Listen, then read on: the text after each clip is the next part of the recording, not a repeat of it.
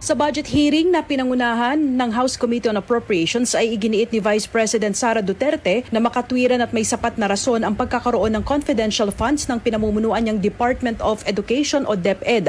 Paliwanag ni VP Sara, kailangan ng DepEd ng confidential funds dahil ang national security ay konektado sa basic education. Gayunpaman, binigyang diin ni Duterte na ipinauubayan na niya sa Kongreso ang pagpapasya ukol sa 150 million pesos na confidential funds ng DepEd para sa susunod na taon. Narito ang bahagi ng pahayag ni Vice President Duterte na siya ring kalihim ng DepEd.